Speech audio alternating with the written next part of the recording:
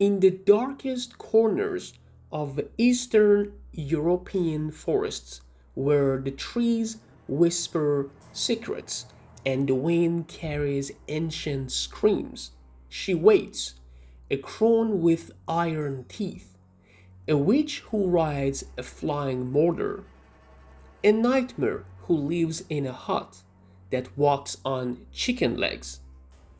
Her name is Baba Yaga, and for centuries she has haunted the dreams of children and the souls of the damned. This is her story. Hey, hope you're having a great day. Welcome to the Horror and Beyond show. Baba Yaga is one of the oldest and most mysterious figures in Slavic folklore. Her origins trace back over 1,000 years to ancient pagan beliefs in nature spirits, goddesses, and death bringers. The name Baba means old woman or grandmother, while Yaga is harder to define, possibly derived from words meaning wicked, disease, or even serpent. She is not just a fairy tale witch. She is a force of nature, unpredictable, terrifying, and sacred. Some scholars believe she was once a goddess of death and rebirth, revered and feared in equal measure. Baba Yaga's appearance is nothing short of horrifying.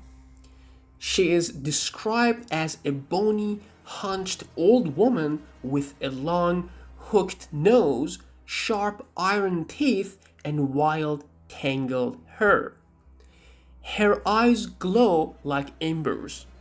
Her fingers are long and gnarled, her skin dry and cracked like ancient bark. But it's her home that's the most chilling. A tiny wooden hut perched atop giant chicken legs. It walks, it turns, it dances, and when intruders approach, it spins to face away unless you speak the magic words. Turn your back to the forest, your front to me.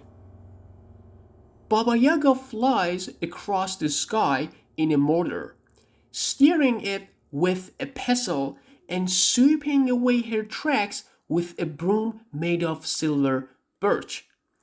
She doesn't just cast spells, she warps reality.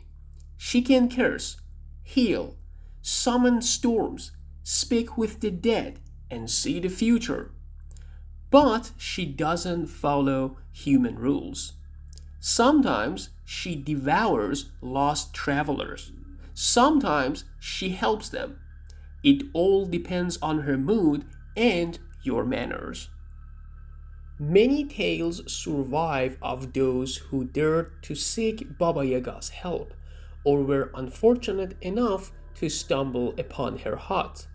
In one story, a young girl named Vasilisa is sent by her cruel stepmother to fetch fire from Baba Yaga. With nothing but a magical doll for protection, she faces terrifying trials. But because she's polite and hardworking, Baba Yaga lets her go, even gives her a skull lantern that burns her wicked stepmother to ashes. In other stories, Baba Yaga eats children, boils them alive, or cages them like animals. She often tests people, asking questions with hidden meaning. Fail and you die, pass and you might live, or gain something more. Baba Yaga is not purely evil. She is a guardian of the threshold, the line between life and death, childhood and adulthood, the known and the unknown. In folklore, she often guards the water of life, or the boundary between worlds. Some say she represents the chaotic power of nature itself, dangerous, wild, and untamable. Others see her as a teacher, forcing heroes to grow through fear and hardship. She is death, but also transformation. Over time, Baba Yaga has crept into modern imagination. She appears in movies, comic books, video games, and literature.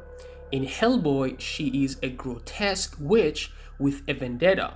In the Witcher games, she inspires forest crones who feast on fear.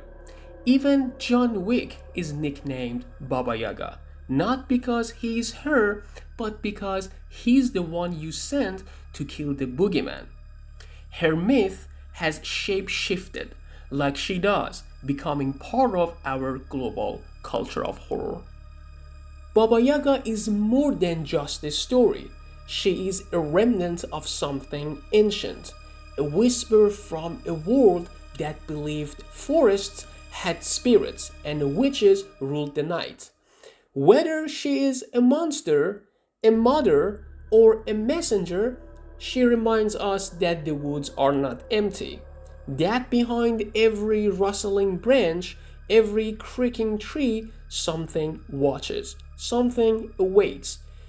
And if you ever see a hut with chicken legs dancing through the fog, run. Or knock if you dare.